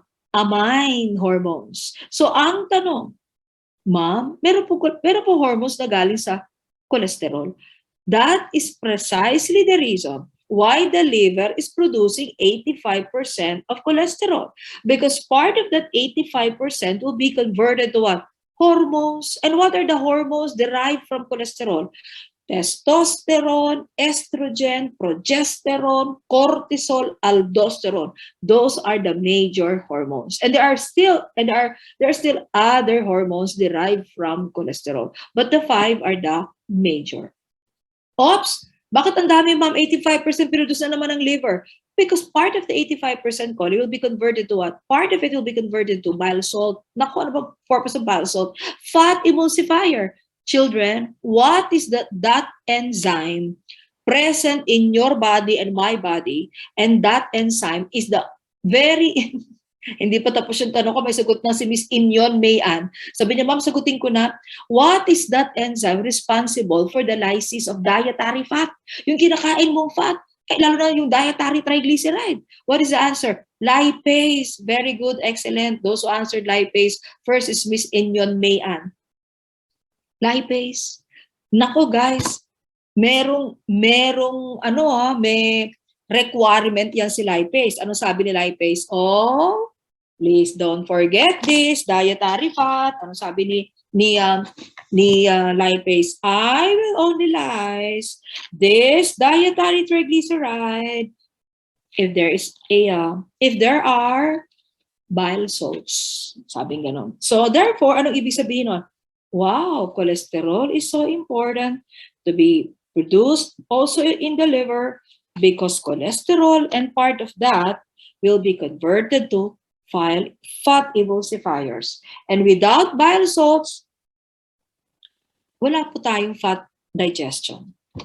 Next important beneficial function of that 85% choline, that is integral to the cell membrane. Ang tanong, ma'am, ano mangyayari pag ang dami-dami ko nakain ng cholesterol? That is one of the reasons behind atherosclerosis. You see, kung tayo po ay pinanganak, yan ang artery mo, perfect. Then you start eating fatty. Alcoholism, smoking, mild atherosclerosis. Oh my God, hindi natin nabago yung ating lifestyle. Kinontinue natin yung children. So, it turns severe atherosclerosis. Alam nyo, nung may klase pa nun, sa Pioneer, you have to climb the stairs, ang taas.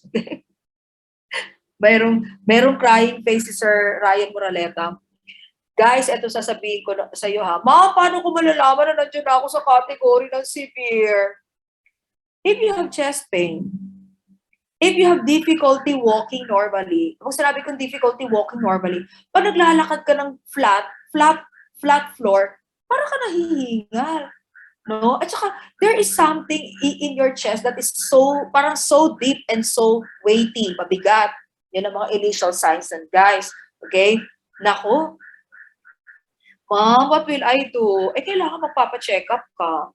Kasi, tingnan mo children, this is your healthy arteries, and then you have the dying heart muscles. Bakit dying? Naging cyanotic na yung artery. Bakit naging cyanotic, ma'am? Ayan, ikat mo yung portion ng red artery. Oh, these are the cholesterol deposits, the yellow. Then nagkaroon ng blood clot. Okay, so therefore, ma'am, that's why you're saying that atherosclerosis is a predisposing factor to myocardial infarction or heart attack. Yes. Nung pinanganak ka, ganyan ang artery mo. Effect of, you started eating what? Fatty food like butter. Yung mga may buttered, no? If you love eating buttered, you will be bothered. Mom, I love butter. Ay, children, ang butter na binili mo sa grocery, square, solid. O, di ba, mom, when it was, mom, placed on a hot plate, it turns, mom, yung liquid. Tama. Eh, pag kinain mo ulit yun, nasusolidify yung sa katawan mo, ganyan na siya ulit sa artery mo. Ay. So, sabi ko, if you love eating buttered, you should be buttered, children. Atherosclerosis is a process that begins early in life. Sabi ko sa'yo, di ba? Since birth po yan. And progresses silently for decades. Take note. What else? So, ang tanong, do we accept non-fasting sample for cholesterol measurement? True or false? Nako, kayo palang itatanong ko na sa'yo.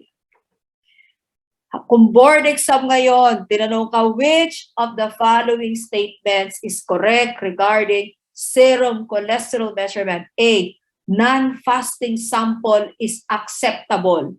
Guys, is it true that non-fasting sample is acceptable, guys, if it is serum cholesterol test? Is it true? Is it acceptable? Is it true or false? Ladies and gentlemen, the answer is actually true. The answer is actually true.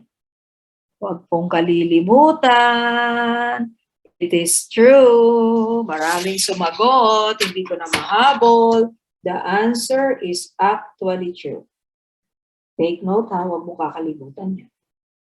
Oops. However, meron akong however, according to clinicians, ay mga medical doctors, if the intention of the serum cholesterol test, the intention of the serum cholesterol test is to monitor treatment and to monitor the severity or the degree of atherosclerosis, okay, to monitor the degree or the severity of atherosclerosis, ano sabi ng mga medical doctors?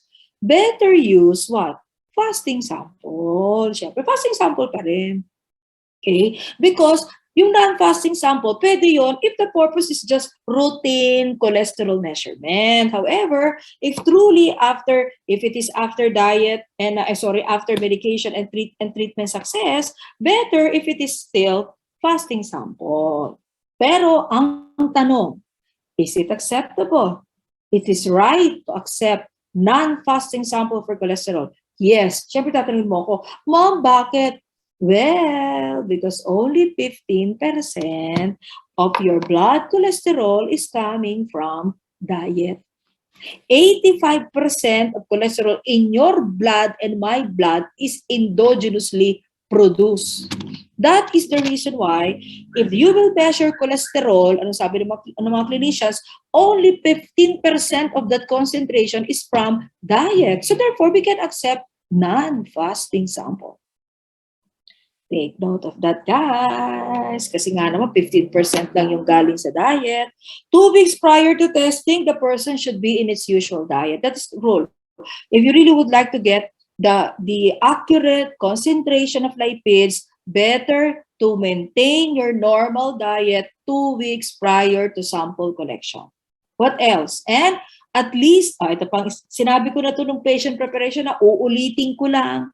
Between triglyceride and cholesterol, which between the two lipids really require 10 to 12-hour fasting? Si triglyceride. How about lipoprotein test? 10 to 12-hour fasting din. Bakit? Because every lipoprotein contains triglyceride. But if the request is only serum cholesterol, tatlo ang tatandaan mo pag serum cholesterol test. You can accept non-fasting sample. You can accept fasting sample. And what is the third? 8-hour fasting is acceptable. If the only request is cholesterol, do not forget that. Even kung chole and trigly, 10 to 12 hours. Cholesterol only, 8 to 12 hours. What else? Chemical method, that is Lieberman-Burchard method. It is a colorimetric chemical method for measurement of cholesterol. Take note of that. And this is the most commonly used, take note, colorimetric chemical method. And here, the principle is dehydration and oxidation of cholesterol to form a colored compound, and that is green color. Guys, pansinin mo ha, si cholesterol method ha, meron siyang tinatawag na step methods. Naku, huwag mo kakalimutan niya. What is that only routine test in clinical chemistry with steps? Kung tawagin natin guys ay step methods, that is none other than cholesterol. Meron tayong tinatawag na one-step method. Alam mo sure, natatandaan mo pa yan. The one-step method, the two-step method, the three-step method, and the four-step method. And among these step methods, what is the commonly used? The three-step method. The three-step method, do not forget, is developed by Abel Kendall. Oh, what is the first step? Saponification. And what is the second step? That is extraction. And what is the third step? That is colorimetry. Saponification used alcoholic potassium hydroxide. Extraction used petroleum ether. Ma'am, what is the reagent for colorimetry? Ay, syempre, the Lieberman-Burchard reagent. Take note of that. That is the Lieberman-Burchard reagent. Kaya ang pinaka-common dyan, guys, is the three-step method. Okay? What else? Then, ano pong tatandaan natin dyan, children? Ma'am, ano pong, pag sinabi natin one step, ano pong step yon? Ay, syempre, pag sinabi mo one-step method, colorimetry only. Pag sinabi mong two-step method, that is extraction and colorimetry. Pag sinabing three-step, silang tatlo. Paano pag sinabing four-step? Saponification, extraction, colorimetry, plus precipitation. Ibig sabihin mo, pag sinabing four-step method, the fourth step that was added is the precipitation. Tama. Ma'am, what is the reagent for precipitation? Ay, syempre, acidic solution. Acidic solution is the reagent for precipitation. Take note of that. What else? And number 7, page 74, you have there the routine method. Generally speaking, what is the routine method? Generally and universally, the cholesterol oxidase.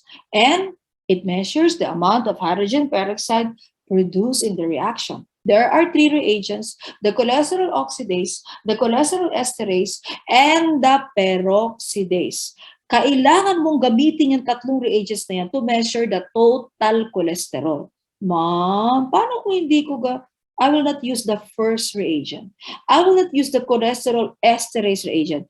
Well, if the cholesterol esterase reagent is omitted, then it is an indication that you can only measure the free cholesterol. You can only measure the total cholesterol if you use the three reagents. And remember, this is the routine method. Next, how about the reference method? Guys, pansinin mo ang heading CDC. The CDC reference method, siya po. Ibig sabihin, ang nag-develop ng reference method na to is the Centers for Disease Control and Prevention. Take note. What is the name of the reference method made by CDC? The Abel, Levy, and Brody method. First question, ano ba ito si Abel, Levy, and Brody? Chemical method or enzymatic method?